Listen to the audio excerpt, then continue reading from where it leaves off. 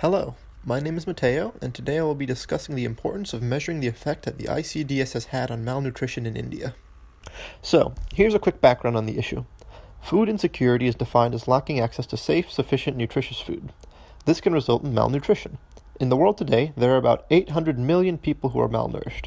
That's more than 10% of the world's population. In India alone, there are about 200 million malnourished people, which is nearly a quarter of all malnourished people in the world. Malnutrition has many detrimental effects, and can even lead to a plethora of health issues, including stunted growth, wasting, development of non-communicable diseases, and in severe cases, even starvation and death. It has been shown to slow the country's economic growth considerably as well. So what is the ICDS then? ICDS stands for Integrated Child Development Services, and it is a government program in India which provides food, preschool education, primary health care, immunization, health checkup, and referral services to children under 6 years of age and their mothers. Its main purpose is to address the problem of malnutrition in India. The modern ICDS was launched in 2002. Sadly, a study in 2005 showed that it had not been particularly effective, so some changes were made to the program. So, what is the problem exactly? Well, the fact is that malnutrition continues to be a major issue in India, as can be seen by the previous numbers. And despite the fact that the degree to which the ICDS is actually effective at treating malnutrition is unknown, the program continues to receive billions of dollars in funding each year. In 2019 alone, the Indian government spent more than $2.1 billion on the program, which arguably could also be nowhere near enough funding for a program of this scale. A study needs to be conducted to gauge the effect the ICDS has had on malnutrition in India, so policymakers can decide whether to continue funding the program, increase funding for the program, or decide that a completely new solution needs to be implemented. Knowledge on what the ICDS is doing right or wrong can be important to finally solving the issue of malnutrition around the world. Thank you. Combating severe malnutrition. Background. What defines severe malnutrition? Extreme food insecurity can potentially lead to severe malnutrition. Severe malnutrition, more specifically dealing with undernutrition, is defined by a very low weight for height, below -3 z-scores of the median WHO growth standards, by visible severe wasting, or by the presence of nutritional edema. Current treatment. Severe malnutrition oftentimes requires hospitalization, where the treatment is either oral nutrition, which is the consumption of supplements or nutrient-enhanced foods, enteral nutrition, which is nutrients supplied via feeding tubes directly into the stomach or bowels, and parenteral nutrition, which delivers nutrients intravenously. Currently, total PN solutions contain water, amino acids, dextrose, fatty acids, vitamins, and minerals, and their compositions can vary depending on patient age and condition.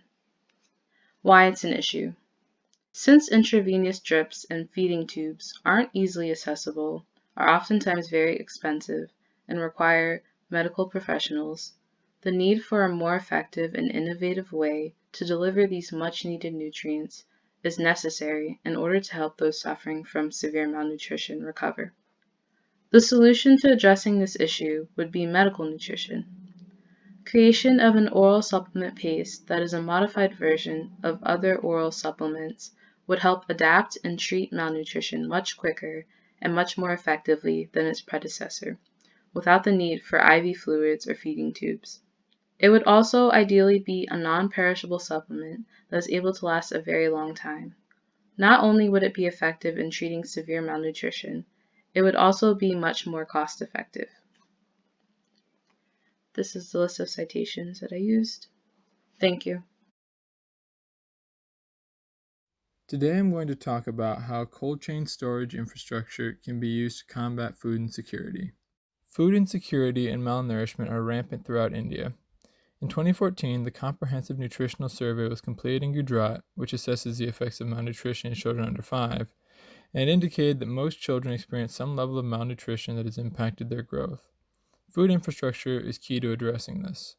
A key part of food infrastructure is cold storage, which allows for nutrient-dense food to be stored for longer periods and transported larger distances.